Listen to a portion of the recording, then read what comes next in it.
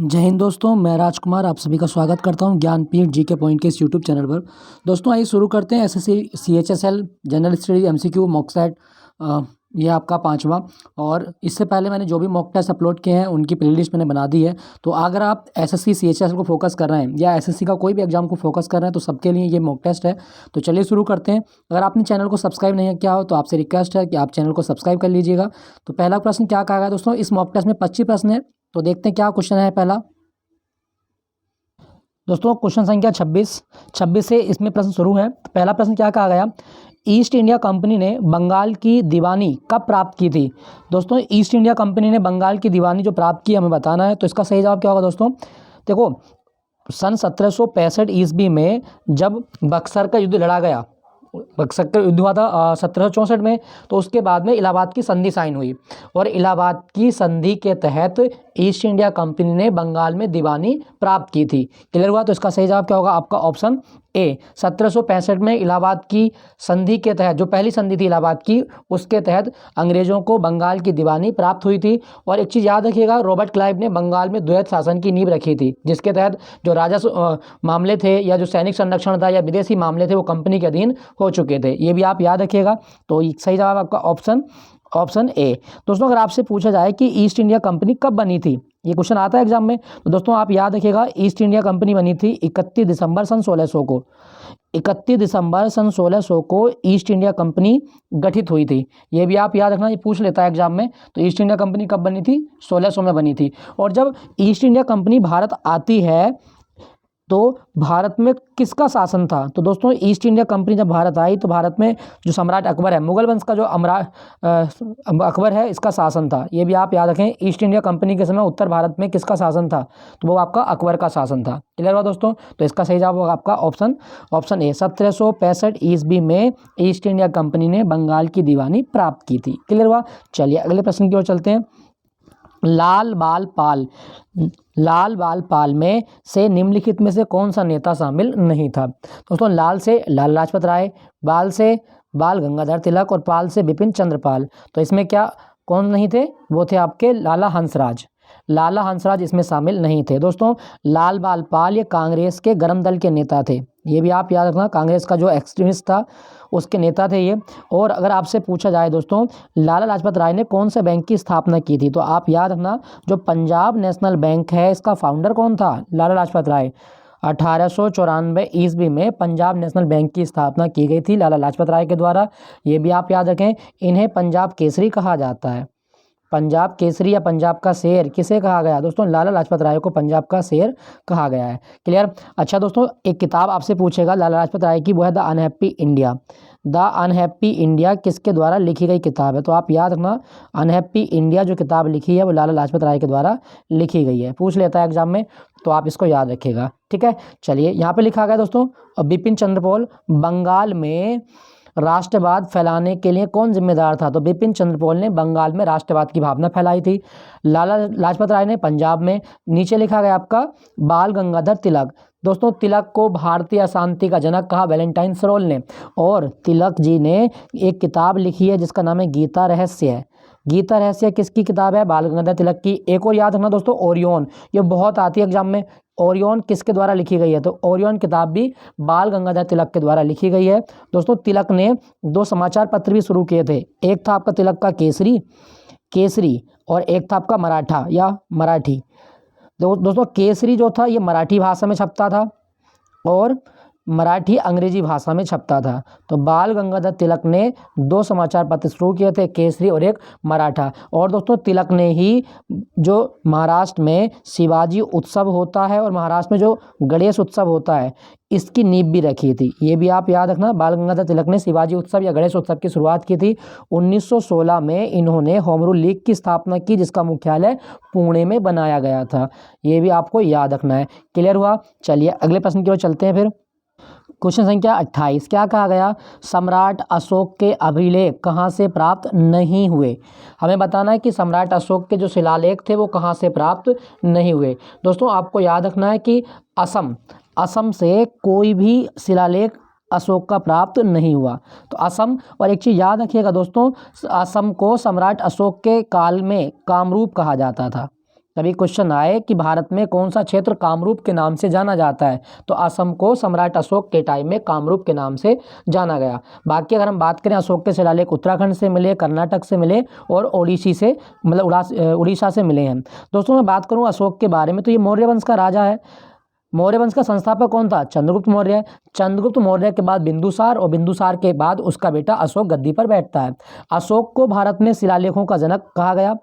बहुत ज़्यादा शिलालेख इसने अपने काल में बनवाए। और दोस्तों अशोक के शिलालेख जो थे ये किसने पढ़े? तो अशोक के शिलालेख एक विद्वान था जिसका नाम है जेम्स प्रिंसेप। जेम्स प्रिंसेप के द्वारा अशोक के शिलालेखों की लिपि पढ़ी गई, और ये 1837 में अशोक के शिलालेख पढ़े गए थे। ये भी आप याद रखना, 1837 में अशोक के शिलालेख किसने पढ़े थे? जेम्स प्रिंसेप ने पढ़े थे। क्लियर हो दोस्तों? दोस्तों आपको एक चीज़ और बताता हूँ, सम्राट अशोक ने सांची का स्तूप बनवाया था। सांची स्तूप जो मध्य प्रदेश में है, और ये 200 रुपये के नोट पर भी दिखाया गया है। दोस्तों अगर आपसे पूछे कि अशोक का उत्तराधिकारी कौन था, तो दोस्तों अशोक का उत्तराधिकारी था उसका बेटा कुणाल। अशोक का उत्तराधिकारी है कुणाल, ये भी आप याद रखिएगा। दोस्तों अगर आपसे पूछा जाए कि अशोक ने कलिंग का युद्ध कब लड़ा था, तो 261 ईसा पूर्व में कलिंग का युद्ध राजा खारबेल के साथ लड़ा था अशोक ने। और कलिंग का युद्ध जो है कौन सी नदी के किनारे हुआ था? वो हुआ था आपका दया नदी के किनारे। कलिंग का युद्ध दया नदी के किनारे लड़ा गया, ये भी आप याद रखना। और कलिंग के युद्ध के बाद अशोक ने कभी भी युद्ध न करने का फैसला लिया। आपसे क्वेश्चन पूछा जाएगा कि कलिंग युद्ध का वर्णन अशोक के कौन से अभिलेख में है, तो वो है आपका 13वां शिलालेख। 13वें शिलालेख में अशोक ने कलिंग युद्ध का वर्णन किया है। तो ये सब बिंदु आप याद रखिएगा, आपसे पूछा जा सकता है। क्लियर? चलिए, तो ये आप याद रखें, अशोक के शिलालेख कहाँ से प्राप्त नहीं हुए? असम से प्राप्त नहीं हुए हैं। नेक्स्ट प्रश्न की ओर चलते हैं। निम्नलिखित में से कौन सा राज्य समूह भाखड़ा नागल परियोजना से लाभान्वित होते हैं? दोस्तों भाखड़ा नागल डैम जो भारत में बना, पंजाब, हरियाणा, राजस्थान, इन राज्यों की संयुक्त परियोजना है। और भाखड़ा नागल बांध कौन कौन से हो गए? पंजाब हो गया, हरियाणा और राजस्थान। ये तीन राज्य आपके, ऑप्शन बी, पंजाब, हरियाणा, राजस्थान। दोस्तों अगर आपसे पूछा जाए कि भाखड़ा नागल बांध कौन सी नदी पर बना है, दोस्तों आप याद रखिएगा भाखड़ा नागल बांध सतलुज नदी पर बनाया गया है। सतलुज नदी, और सतलुज नदी कैलाश मानसरोवर से जब भारत में आती है तो कौन से दर्रे के सहारे प्रवेश करती है? तो दोस्तों सतलुज नदी प्रवेश करती है सिपकिला दर्रे से। सिपकिला दर्रा जो हिमाचल में है, यहाँ से एंटर करती है, ये भी आप याद रखिएगा। ठीक है दोस्तों, तो ये क्लियर हुआ आपसे। तो ये भारत का सबसे ऊंचा गुरुत्वीय बांध भी है। अच्छा दोस्तों एक और चीज़ बताता हूँ, देखो भाखड़ा नागल बांध से भारत की सबसे बड़ी नहर प्रणाली जिसका नाम है इंदिरा गांधी नहर। तो अगर आपके एग्जाम में आए कि भारत की सबसे बड़ी नहर है इंदिरा गांधी नहर, ये कौन से बांध से निकाली गई है, तो भारत में इंदिरा गांधी नहर ये भाखड़ा नागल डैम से निकाली गई है। ठीक है, चलिए क्लियर होगा। और भाखड़ा नागल बांध जो था ये कब शुरू हुआ था, तो ये 1963 में राष्ट्र को समर्पित किया गया था जवाहरलाल नेहरू के द्वारा। ठीक है दोस्तों क्या आपको पता है कि डैम्स या बांध भारत के मंदिर हैं, ये किसने कहा था? डैम्स भारत के मंदिर हैं, किसने कहा? तो पंडित जवाहरलाल नेहरू के द्वारा कहा गया कि डैम्स आधुनिक भारत के मंदिर होते हैं। डिस्कवरी ऑफ इंडिया में इन्होंने ये कथन कहा है, तो आप याद रखिएगा। नेक्स्ट प्रश्न की ओर चलते हैं। चंद्र ग्रहण के समय कौन सा मध्य में रहता है? दोस्तों लूनर एक्लिप्स जब लगता है तो इनमें से कौन सी चीज़ है जो मध्य में रहती है? आप एक डायग्राम देखें पहले होगा, और ये डायग्राम आप देखें, यहाँ पे कौन कौन सी चीज़ें, देखो ये सूर्य है आपका, ये पृथ्वी है आपका, ये चंद्रमा है।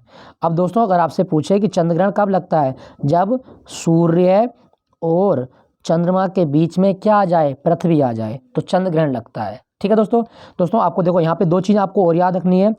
जब पृथ्वी पर चंद्रमा की जो छाया होती है वो पार्सली पड़ेगी आपकी, तो इसे बोलेंगे पिनम्बरा, और जब ये रियल छाया पड़ती है तो उसको बोलेंगे अम्बरा। तो ये दोनों बिंदु आप याद रखिएगा। ठीक है दोस्तों। अच्छा आपको मैं कुछ चीज़ें और बता देता हूँ। दोस्तों सूर्य से पृथ्वी के बीच की दूरी कितनी है? 149.6 मिलियन किलोमीटर ये सूर्य और पृथ्वी के बीच की औसतन दूरी होती है। ये भी आप याद रखिएगा। सूर्य का प्रकाश 8 मिनट 20 सेकंड में धरती पर आ जाता है, ये भी आप याद रखें। चंद्रमा का कितना आता है? चंद्रमा का 1 मिनट 33 सेकंड में धरती पर आ जाता है। 1 मिनट 33 सेकंड में धरती पर आ जाता है, ये भी आप याद रखिएगा। ठीक है दोस्तों, तो चंद्रग्रहण कब होता है? जब सूर्य और चंद्रमा के बीच में पृथ्वी आ जाती है तो चंद्रग्रहण लगता है, ये भी आप याद रखिएगा। दोस्तों पृथ्वी दिवस कब होता है? 22 अप्रैल को। पृथ्वी दिवस 22 अप्रैल। पृथ्वी की त्रिज्या कितनी है? तो 6371 किलोमीटर पृथ्वी की त्रिज्या है। 6371 किलोमीटर पृथ्वी की त्रिज्या मानी गई है, आप याद रखिएगा।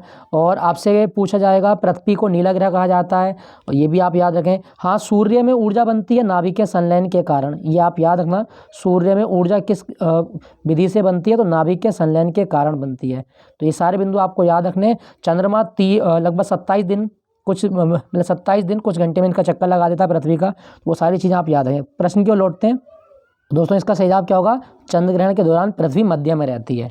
चंद्र ग्रहण के दौरान पृथ्वी मध्य में रहती है, याद रखिएगा। नेक्स्ट प्रश्न, निम्नलिखित में से कौन सा भारतीय राज्य अंतर्राष्ट्रीय सीमा तथा समुद्र तट को स्पर्श नहीं करता? दोस्तों, भारत में कौन सा ऐसा राज्य है जिसकी समुद्री तट नहीं है? तो हम देखें झारखंड की कोई सीमा नहीं है।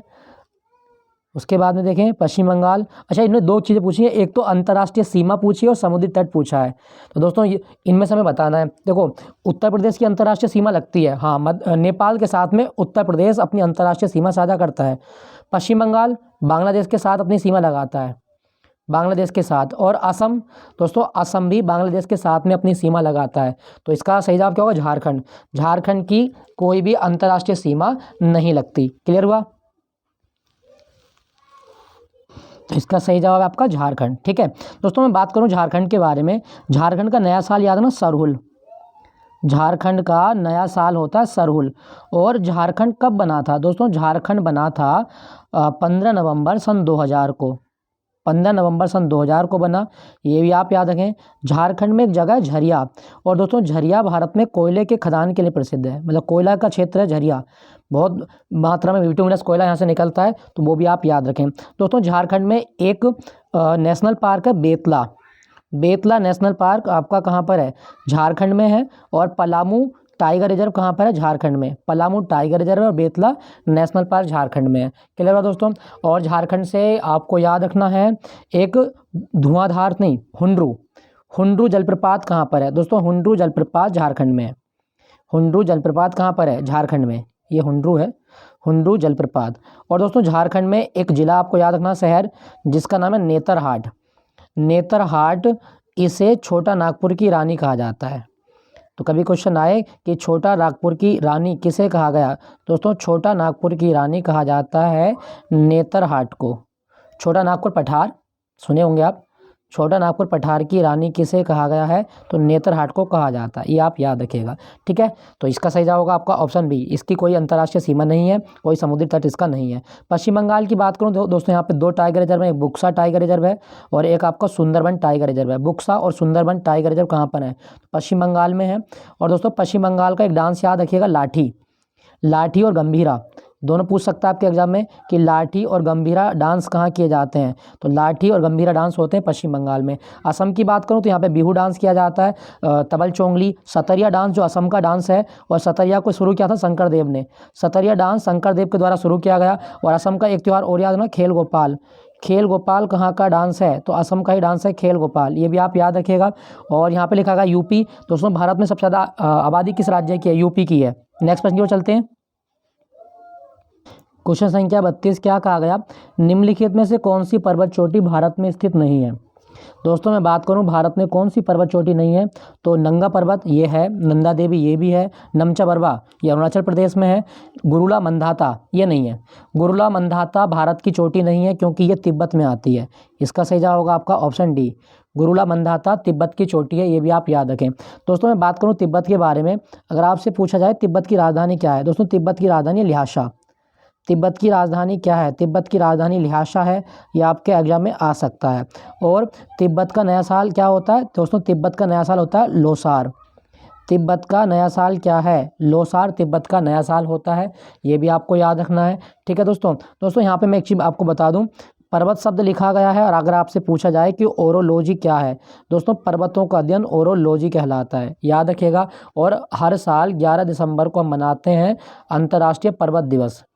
अंतर्राष्ट्रीय पर्वत दिवस 11 दिसंबर को मनाया जाता है, याद रखना, पूछ सकता है आपके एग्जाम में, तो ये सब आपको याद रखना है। अच्छा, नमचा बरवा से एक नदी भारत में आती है तिब्बत से ही, और वो नदी आपकी ब्रह्मपुत्र नदी। तो कभी क्वेश्चन आए कि ब्रह्मपुत्र नदी कौन सी पर्वत श्रृंखला को क्रॉस करके भारत में एंटर करती है? यू आकार की घाटी में नमचा बरवा को क्रॉस करती है। नेक्स्ट प्रश्न की ओर चलते हैं। कोरोमंडल तट पर अधिकतर वर्षा निम्नलिखित में से किसके कारण होती है। दोस्तों पहले तो आप जानें कि कोरोमंडल होता क्या है। कोरोमंडल है तमिलनाडु का तट। एक पहले मैप देखिएगा, और ये जो मैप आपको दिख रहा है, देखो यहाँ पे ये है हमारा कोरोमंडल तट। ये जो इस वाले मैप में आपका रेड कलर का पार्ट है, ये कोरोमंडल तट है। कोरोमंडल तट बंगाल की खाड़ी से अपनी सीमा साझा करता है और ये तमिलनाडु का तट होता है। दोस्तों जब भारत में नॉर्थ ईस्ट ट्रेड वाइन, लौटता हुआ मानसून जिसको बोलते हैं, जब ये भारत में आता है तो लौटते हुए मानसून से वर्षा होती है। ये लौटता हुआ मानसून है हमारा, और यहाँ पे वर्षा करेगा ये वाला भाग आपका। तो लौटते हुए मानसून से कोरोमंडल तट पर वर्षा होती है, और यहाँ पे निम्न वायुदाब या लौटते हुए मानसून के कारण वर्षा होती है। ये भी आप याद रखिएगा। तो कोरोमंडल तट पर वर्षा किससे होती है? लौटते हुए मानसून से। जब उत्तर पूर्वी जो व्यापारिक पवनें हैं वो भारत में आएंगी, लौटता हुआ मानसून यहाँ पे वर्षा करता है। क्लियर हो गया होगा आपका। तो चलिए प्रश्न की ओर लौटते हैं। तो दोस्तों इसका सही जवाब क्या होगा? इसका सही जवाब होगा आपका ऑप्शन ए, चक्रवाती आपदाब के कारण कोरोमंडल तट पर निम्न वर्षा होती है। ये भी आप याद रखिएगा। ठीक है दोस्तों अगर आपसे पूछा जाए कि वर्षा जो होती है ये वायुमंडल के कौन से भाग का उदाहरण है, तो वर्षा जैसी घटनाएं हमारी क्षोभमंडल में देखने को मिलती हैं। क्लियर हुआ। और अगर आपसे पूछे कि मानचित्र पर कौन सी ऐसी रेखाएं हैं जो समान वर्षा वाले स्थानों को दर्शाती हैं, तो दोस्तों मानचित्र पर वे रेखाएं जो समान वर्षा वाले स्थानों को दर्शाती हैं उन्हें आइसोहाइट कहा जाता है। क्लियर होगा। तो आइसोहाइट ये आप याद रखना। नेक्स्ट प्रश्न की ओर चलते हैं। क्वेश्चन संख्या 34 कहा गया भारतीय संविधान का अनुच्छेद 17 किससे संबंधित है। दोस्तों अनुच्छेद 17 संबंधित है अस्पृश्यता का अंत करता है। ये आप किसी व्यक्ति को छुआछूत नहीं करेंगे, मतलब छुआछूत के आधार पर उसको निम्न नहीं कहेंगे, उसको गलत नहीं बोलेंगे। तो ये अनटचेबिलिटी का एबोलिशन करता है अनुच्छेद 17, याद रखिएगा। उपाधियों का अंत अनुच्छेद 18 में लिखा गया है। स्वतंत्रता दोस्तों एक आर्टिकल आपका आर्टिकल 19, इसमें 6 प्रकार की स्वतंत्रताओं की बात की गई है। शोषण के विरुद्ध अंत अनुच्छेद 23 और 24 में शोषण का विरुद्ध अधिकार दिए गए हैं। ये भी आप याद रखिएगा। ठीक है दोस्तों भारत में संविधान दिवस कब होता है? भारत में संविधान दिवस होता है 26 नवंबर को। संविधान दिवस 26 नवंबर को होता है। क्यों? क्योंकि 26 नवंबर 1949 को भारत का संविधान भारत की संविधान सभा ने अपना लिया था। ठीक है दोस्तों, चलिए अगले प्रश्न की ओर। तो अनुच्छेद 17 अस्पृश्यता का अंत करता है। नेक्स्ट प्रश्न की ओर। राज्य की विधान परिषद के कितने सदस्य विधानसभा द्वारा चुने जाते हैं? विधान परिषद के कितने सदस्य होंगे जो विधानसभा चुनाव करती है? दोस्तों आप याद रखिएगा, राज्य के विधान परिषद के कुल सदस्य संख्या का 1/3, राज्य की विधानसभा के कुल सदस्यों का 1/3 जो होता है उससे ज़्यादा नहीं हो सकती। तो सही जवाब क्या होगा आपका? ऑप्शन बी, 1/3 सदस्य विधानसभा द्वारा चुने जाते हैं विधान परिषद के। क्लियर है दोस्तों क्या आपको पता है कि किसी राज्य की विधान सभा में न्यूनतम सीटों की संख्या कितनी हो सकती है और अधिकतम कितनी हो सकती है? दोस्तों याद रखिएगा, न्यूनतम सीट 60 हो सकती हैं और अधिकतम सीट 500 हो सकती हैं। हालांकि इसका अपवाद देखा जाता है सिक्किम, लेकिन आप याद रखिएगा न्यूनतम संख्या 60 और अधिकतम 500 हो सकती है। और विधान परिषद की न्यूनतम संख्या 40 हो सकती है। भारत के 6 राज्य हैं जिनमें विधान परिषद है, जैसे यूपी है, आंध्र प्रदेश है, यूपी के बाद में बिहार है, महाराष्ट्र है, कर्नाटक है, तेलंगाना है। तो इनमें विधान परिषद है। तो भारत में 6 ही राज्य हैं जिनमें विधान परिषद है। दोबारा बताऊं, यूपी, आंध्र प्रदेश, बिहार, महाराष्ट्र, कर्नाटक और तेलंगाना, 6 राज्यों में। यदि आपको विधान परिषद का सदस्य बनना है तो 30 वर्ष की आयु होना जरूरी है। ये भी आप याद रखेंगे, 30 वर्ष की आयु होना जरूरी है विधान परिषद का सदस्य बनने के लिए। नेक्स्ट प्रश्न की ओर चलते हैं। भारत में बैंक दर कौन निर्धारित करता है? दोस्तों बैंक दर ये मौद्रिक नीति का एक भाग है। तो भारत में बैंक दर निर्धारित करने का काम किसका है? मौद्रिक नीति कौन बनाता है? दोस्तों आरबीआई बनाता है। सही जवाब होगा आपका ऑप्शन सी, भारतीय रिजर्व बैंक बैंक दर को तय करता है। ठीक है दोस्तों, बैंक दर क्या होती है? दोस्तों बैंक दर में आरबीआई बैंकों को लोन देता है। कैसा लोन होगा? ये लॉन्ग टर्म लोन होगा, लंबे समय के लोन दिए जाते हैं आरबीआई के द्वारा, वो दर होती है बैंक दर। रेपो दर में भी आरबीआई बैंकों को लोन देता है, लेकिन रेपो दर में टाइम कम रखा जाता है। ये भी आप याद रखिएगा। दोस्तों अगर मैं आपसे बात करूं, जैसे आरबीआई कब बना था? दोस्तों 1 अप्रैल 1935 को आरबीआई बना था और इसकी स्थापना हुई थी कलकत्ता में, लेकिन एट प्रेजेंट इसका मुख्यालय मुंबई में है। ये आप याद रखिएगा। आरबीआई अपने 4 जगह नोट छापता है। एक छापते हैं आपके सलमोनी जो कि पश्चिम बंगाल में है, देवास जो कि मध्य प्रदेश में है, मैसूर में नोट छपता है और नासिक में नोट छपता है आपका। तो ये 4 जगह नोट छापने के केंद्र हैं, आप याद रखिएगा। दोस्तों अगर आपसे पूछे आरबीआई का शुभंकर क्या है, तो वो है आपका रॉयल बंगाल टाइगर और ताड़ का पेड़। रॉयल बंगाल टाइगर और ताड़ का पेड़ आरबीआई का शुभंकर है। और आरबीआई के अभी गवर्नर कौन है? शक्तिकांत दास। ताड़ का पेड़ और बंगाल टाइगर। ठीक है दोस्तों। दोस्तों क्या आपको पता है कि आरबीआई 1 रुपये का नोट नहीं छापता? बिल्कुल, आप याद रखना, आरबीआई 1 रुपये का नोट नहीं छापता। आरबीआई 2 रुपये से लेकर 10,000 2 रुपये से लेकर 10,000 रुपये तक के नोट छाप सकता है। 1 रुपये का नोट छापने का काम भारत के वित्त मंत्रालय का, जिसपे साइन भारत का वित्त सचिव करता है। क्लियर हुआ? चलिए अगले प्रश्न की ओर। अच्छा, यहाँ पे लिखा गया स्टेट बैंक। दोस्तों स्टेट बैंक का पुराना नाम क्या था? Imperial bank. स्टेट बैंक का पुराना नाम क्या था? इंपीरियल बैंक इसका पुराना नाम है, याद रखना इसके बारे में। और अगर आपसे पूछा जाए कि भारत का वित्त मंत्री, भारत का पहला वित्त मंत्री कौन था? दोस्तों R.K. षडमुखम चेट्टी, ये भारत के पहले वित्त मंत्री थे। याद रखना, R.K. षडमुखम चेट्टी स्वतंत्र भारत के पहले वित्त मंत्री थे और इन्होंने ही स्वतंत्र भारत का पहला बजट पेश किया था। याद रखना, पूछा जाता है एग्जाम में। भारत का राष्ट्रपति कौन है? दोस्तों भारत का राष्ट्रपति द्रौपदी मुर्मू, और ये भारत की पहली आदिवासी महिला राष्ट्रपति हैं और ये संथाल जनजाति से संबंधित है।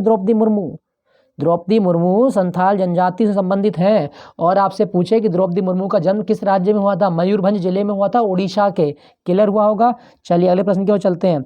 नेक्स्ट प्रश्न है आपका, किसी दी गई अवधि के लिए एक देश की राष्ट्रीय आय बराबर होगी। दोस्तों दी गई अवधि के लिए राष्ट्रीय आय किसके बराबर होती है? तो आपको याद रखना है दोस्तों, किसी दी गई अवधि के लिए देश की राष्ट्रीय आय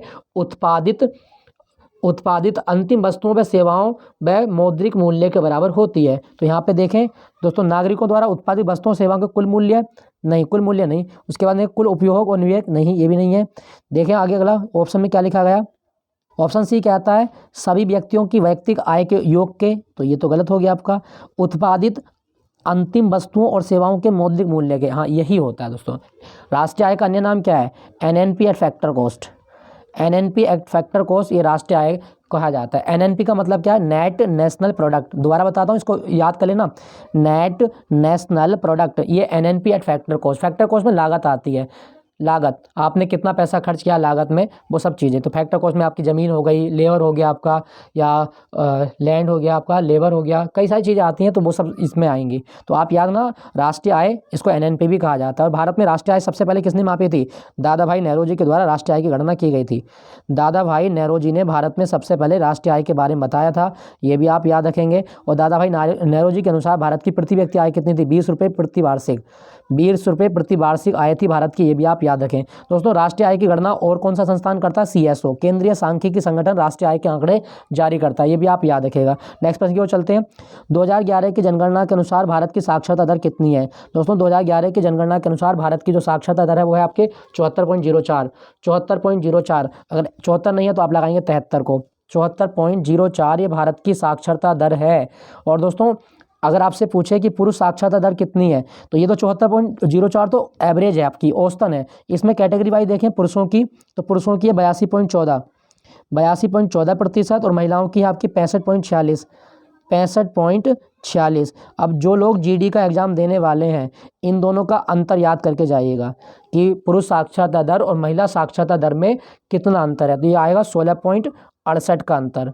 तो इतना अंतर है साक्षरता दर में, आप याद रखना, पूछ सकता है आपके एग्जाम में। 16.68% का अंतर है। क्लियर हुआ दोस्तों? तो साक्षरता दर आप याद रखेंगे भारत की कितनी है। राज्य पूछेगा तो केरल, और सबसे कम पूछेगा तो बिहार की सबसे कम साक्षरता दर है। क्लियर?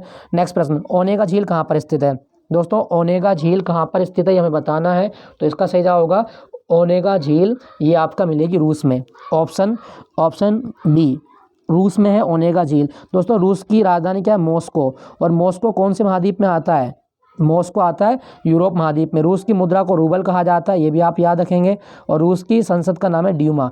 एक्चुअली संसद फेडरल असेंबली है, उसका निम्न सदन ड्यूमा कहलाता है, ये भी आप याद रखिएगा। ठीक है दोस्तों। यहाँ पे लिखा गया कनाडा। कनाडा से आपको पूछा जाए, राजधानी ओटावा है इसकी, राजधानी ओटावा। और आपसे पूछेगा कि भारत में संघ की अवधारणा कहाँ से ली गई? दोस्तों भारत में संघ की अवधारणा ली गई है कनाडा से। राज्यपाल का पद कहाँ से लिया गया? कनाडा से। अपशिष्ट सूची का विचार कहाँ से लिया गया? कनाडा से। और GST का मॉडल हमने कहाँ से लिया था? कनाडा से, ये भी आप याद रखें। ऑस्ट्रेलिया दोस्तों इसे कंगारुओं की धरती कहा जाता है, प्यासी भूमि का देश कहा जाता है, the land of golden fleece Australia को कहा जाता है। तंजानिया की राजधानी है डोडोमा। तंजानिया की राजधानी है डोडोमा, ये भी आप याद रखना। और माउंट किलिमंजारो जो कि एक ज्वालामुखी पर्वत है, ये कहाँ पर है? दोस्तों किलिमंजारो तंजानिया में है। किलिमंजारो पर्वत तंजानिया में है, याद रखना। दोस्तों ऑस्ट्रेलिया में ना एक चीज़ याद रखिएगा, ऑस्ट्रेलिया में आपको मिलेगा ग्रेट बैरियर रीफ, दुनिया की सबसे बड़ी मूंगे की चट्टान है ग्रेट बैरियर रीफ, और ये क्वींसलैंड में स्थित है। ग्रेट बैरियर रीफ क्वींसलैंड में, जो पूर्वी ऑस्ट्रेलिया का भाग है, ये आप याद रखना। कनाडा में आपको क्या याद रखना दोस्तों, बफिन द्वीप। कनाडा में एक जगह है बफिन द्वीप। बफिन द्वीप किस देश का है, तो वो कनाडा का है। और कनाडा में एक जगह याद ना, फंडी की खाड़ी। दोस्तों दुनिया के सबसे ऊंचे ज्वार कहाँ पे आते हैं, तो फंडी की खाड़ी में सबसे ऊंचे ज्वार आते हैं, ये भी आप याद रखेंगे। क्लियर हुआ। तो ओनेगा झील किस देश में है, रूस में ओनेगा झील है। नेक्स्ट प्रश्न की ओर चलते हैं। क्या कहा गया, नाखून पॉलिश परिमार्जन में किसका प्रयोग होता है। दोस्तों नाखून पॉलिश हटाने के लिए जो हम केमिकल यूज करते हैं वो होता है आपका एसीटोन, ऑप्शन ए एसीटोन। दोस्तों अगर आपसे पूछा जाए कि मनुष्य के नाखून कौन से प्रोटीन के बने होते हैं, दोस्तों क्रेटिन। क्रेटिन एक ऐसा प्रोटीन है जो हमारे शरीर में डेड सेल को डेवलप करता है। तो क्रेटिन प्रोटीन जो होता है ये नाखूनों का निर्माण करता है। बाल जो होते हैं हमारे बाल, ये क्रेटिन के बने होते हैं, नाखून क्रेटिन के बने होते हैं, तो ये आप याद रखिएगा। क्लियर हुआ दोस्तों। दोस्तों एक चीज़ बताऊँ आपको, आपके नाखून के ऊपर एक वाइट पार्ट बन जाता है, सफ़ेद रंग का धब्बे बनते हैं, वो क्या होता है, कवक होता है वो। कभी आप सोचते हो कि ये क्या है, तो नाखून के ऊपर जो धब्बे बनते हैं सफ़ेद, वो कवक होता है, फंगस इन्फेक्शन होता है एक तरीके का। ठीक है, चलिए अगले प्रश्न की ओर चलते हैं। यहाँ पर लिखा गया एसिटिक अम्ल। दोस्तों सिरके में कौन सा अम्ल होता है, सिरके में कौन सा अम्ल होता है, तो एसिटिक अम्ल होता है। नेक्स्ट प्रश्न की ओर चलते हैं। रबड़ के बल्कनीकरण में किसका प्रयोग किया जाता है। दोस्तों रबड़ के बल्कनीकरण में प्रयोग किया जाता है सल्फर का, मतलब गंधक, ऑप्शन ए। रबड़ के बल्कनीकरण में सल्फर का प्रयोग किया जाता है, क्यों, क्योंकि इसको मिलाने से रबड़ मजबूत हो जाती है, ये भी आप याद रखिएगा। दोस्तों अगर आपसे पूछा जाए कि जो रबर है ये भारत में कहाँ होती है, तो केरल में सबसे ज़्यादा प्राकृतिक रबर होती है, ये भी आप याद रखना, पूछ सकता है आपके एग्जाम में। दोस्तों यहाँ पे लिखा गया है आपका कार्बन, कार्बन की वैलेंसी कितनी होती है, 4, कार्बन की संयोजकता 4 होती है, ये आप याद रखिएगा। क्लियर। चलिए अगले प्रश्न की ओर। प्रकाश संश्लेषण की क्रिया कब तीव्र होगी। दोस्तों कहने का मतलब है कि फोटोसिंथेसिस की क्रिया किस रंग में तीव्र होती है, तो इसका सही जवाब क्या होगा दोस्तों, प्रकाश संश्लेषण की क्रिया लाल रंग के प्रकाश में सर्वाधिक गति से होती है, ऑप्शन ए। लाल रंग के प्रकाश में तीव्र गति से होती है प्रकाश संश्लेषण की क्रिया। क्या है, देखो प्रकाश संश्लेषण कैसा होता है, जब सूर्य की हरी पत्तियां क्लोरोफिल की उपस्थिति में, मतलब सॉरी पौधे की हरी पत्तियां, सूर्य की नहीं, पौधे की हरी पत्तियां क्लोरोफिल की उपस्थिति में सूर्य की लाइट को एब्जॉर्ब करती हैं और भूमि से किसका अवशोषण करेंगी, जल का। तो क्या होगा, कार्बन डाइऑक्साइड को ये अवशोषित करेंगी, और उसके बाद में जब कार्बन डाइऑक्साइड को अवशोषित करेंगी तो कौन सी गैस को मुक्त करती हैं, ऑक्सीजन को मुक्त करती हैं। तो सूर्य की प्रकाश की उपस्थिति में पौधे की पत्तियों में क्लोरोफिल की सहायता से भोजन का बनना क्या कहलाता है, फोटोसिंथेसिस कहलाता है। दोस्तों प्रकाश संश्लेषण की क्रिया में जो सौर ऊर्जा है, सौर ऊर्जा किस में कन्वर्ट हो जाती है, दोस्तों आप याद रखिएगा, प्रकाश संश्लेषण की क्रिया में सौर ऊर्जा परिवर्तित हो जाती है रासायनिक ऊर्जा में, रासायनिक ऊर्जा में परिवर्तित हो जाती है, याद रखना, पूछ सकता है आपके एग्जाम में, बहुत इंपॉर्टेंट है, पूछता है एग्जाम में। ठीक है दोस्तों, ये भी आप याद रखें। कौन सी गैस मुक्त होती है, तो ऑक्सीजन गैस। किससे निकल के आती है ऑक्सीजन गैस, जल से निकल के आती है। प्रकाश संश्लेषण में ऑक्सीजन गैस का उत्सर्जन जल से होता है, जल का ऑक्सीकरण हो जाता है यहाँ पे। क्लियर हुआ। चलिए प्रश्न की ओर लौटते हैं। इसका सही जवाब क्या होगा, आपका ऑप्शन ए, प्रकाश संश्लेषण लाल रंग में सबसे ज़्यादा होता है। क्लियर हुआ दोस्तों। अच्छा दोस्तों एक चीज़ बताना है आपको, कमेंट में लिख के, स्कूल की बसों का रंग पीला क्यों रखा जाता है, आपको कमेंट में बताना है कि स्कूल की बसों का रंग पीला क्यों रखा जाता है। चलिए अगले प्रश्न की ओर चलते हैं। किस विटामिन का रासायनिक नाम नियासिन है। दोस्तों नियासिन किस विटामिन को कहा जाता है, ये हमें बताना है। तो सही जवाब होगा आपका विटामिन D3, सॉरी D3 नहीं B3 को नियासिन कहा जाता है। याद रखना विटामिन B3 का रासायनिक नाम नियासिन है। और दोस्तों विटामिन B3 की कमी से कौन सा रोग होता है, पेलाग्रा रोग हो जाता है, ये आप याद रखना, पेलाग्रा रोग हो जाता है। और पेलाग्रा रोग को हम इसको क्या बोलते हैं, हम इसको बोलते हैं 4D सिंड्रोम। 4D सिंड्रोम किस विटामिन की कमी से होता है, विटामिन B3। दोस्तों कुछ और विटामिन यहाँ लिखे गए, बात कर लेते हैं इनकी। एंटीऑक्सीडेंट विटामिन कौन सा है, विटामिन C एंटीऑक्सीडेंट होता है। दूसरी बात, इसकी कमी से स्कर्वी रोग हो जाता है, विटामिन C की कमी से स्कर्वी रोग हो जाता है, जिसमें मसूड़ों में खून आने लगता है। विटामिन C जो होता है ये हमें दूध से प्राप्त नहीं होता, तो दूध में कौन सा विटामिन नहीं होता, विटामिन C। और मांस में कौन सा विटामिन नहीं होता, विटामिन C। ये केवल हमें प्लांट फूड से मिलता है, प्लांट फूड मतलब पौधों से प्राप्त होने, जो भी सिट्रस फ्रूट होते हैं सब में विटामिन C पाया जाता है। नींबू हो गया आपका, मौसमी हो गई आपकी, उनमें सब में सिट्रस फ्रूट में विटामिन C पाया जाता है। इसका केमिकल नाम क्या है, एस्कॉर्बिक अम्ल, एस्कॉर्बिक एसिड इसका रासायनिक नाम है विटामिन C का, जल में घुलता है, याद रखेंगे।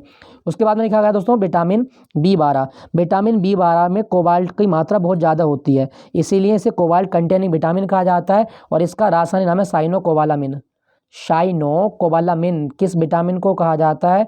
विटामिन बी12 को साइनोकोबालामिन कहा जाता है।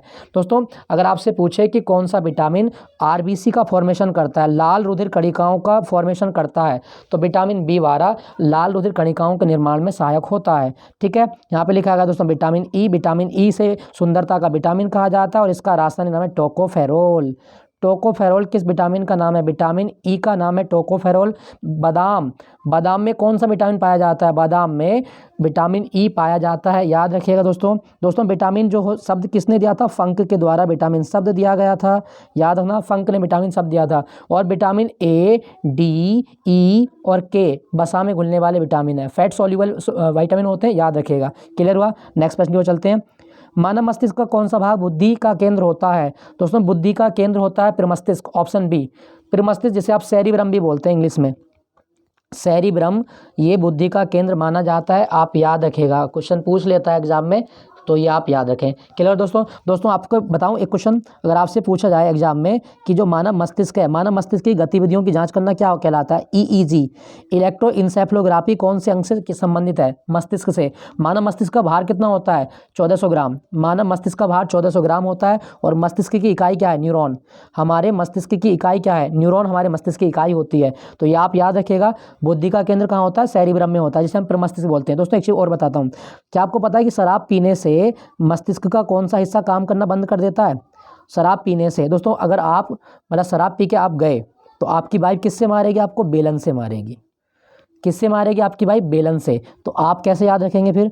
और बेलन से कहाँ मारेगी? सिर में मारेगी बेलन आपके। तो शेरी से याद रखें सिर, और बेलन से याद रखेगा बेलम।